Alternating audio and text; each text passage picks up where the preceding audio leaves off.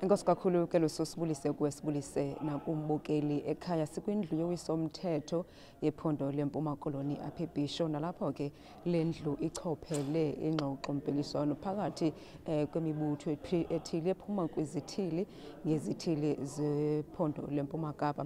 Imibutho leyo ke izawuxoxa malunga neengxaki ezijongene nabasebenzi, izawuxoxa kwakunye ke nezinto abacinga ubana mazenziwe ngcono ukuze abasebenzi baphile noko impilo engconwana. Kwezo zinto ke ezithe zabe ziyakhankanywa ingakumbi imanyano yabasebenzi ikhosatu intswelangqesho ukuxhoma kwezinga lokuphila kwelizwe loMzantsi Afrika.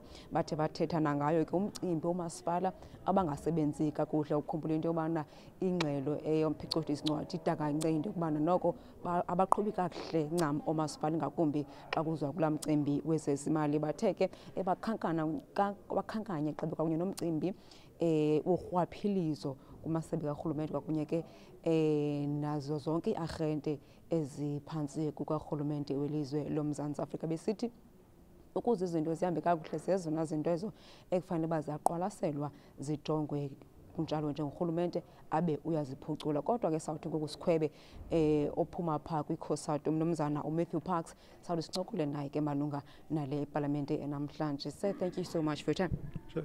Thank you for having us.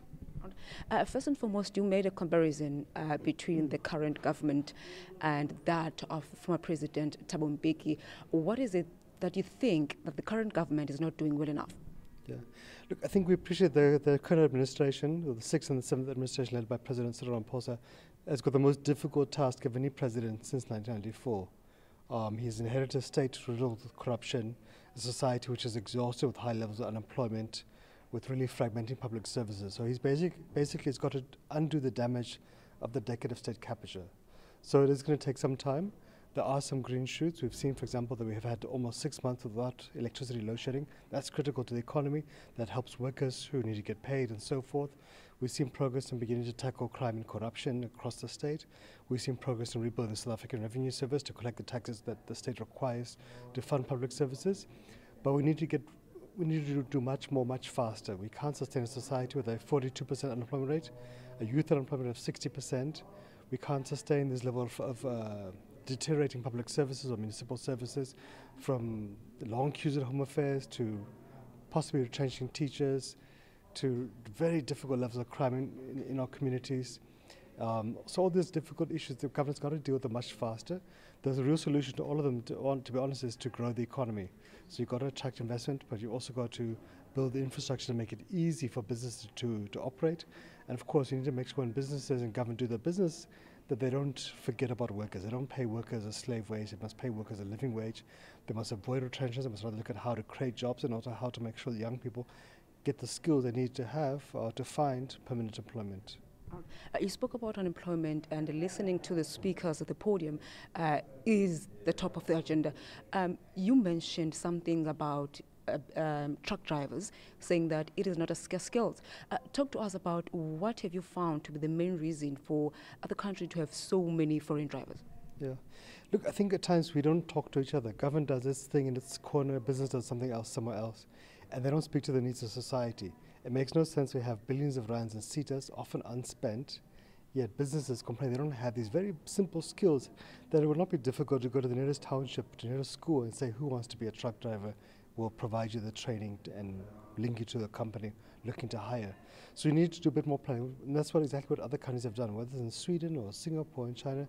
They've identified the skill that the businesses need, provide the resources to train young people, make sure they get to those companies.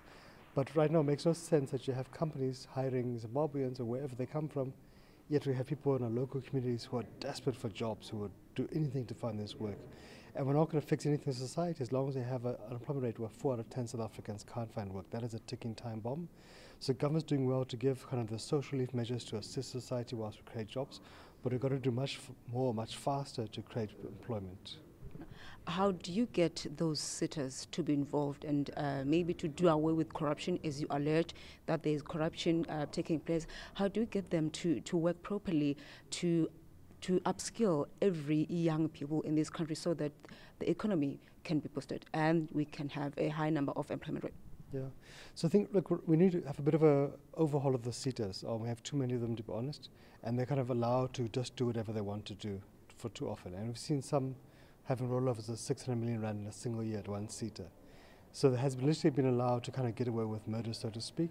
So we hope the new Minister of Higher Education and Training will put much more attention to the seaters and really have a conversation with industry to say, what are the skills you need? Here's the resources we can provide. To bring on board the TVET colleges, the University of Technology, because often the people who provide the seater training are just corrupt businessmen. And the course they provide are of dubious quality, of little credibility, and not really relevant.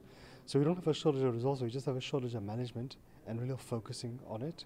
We also need to be seeing how do we get the seaters and also other public employment programs like EPWP, the Community Works Program, even the Presidential Plum Stimulus.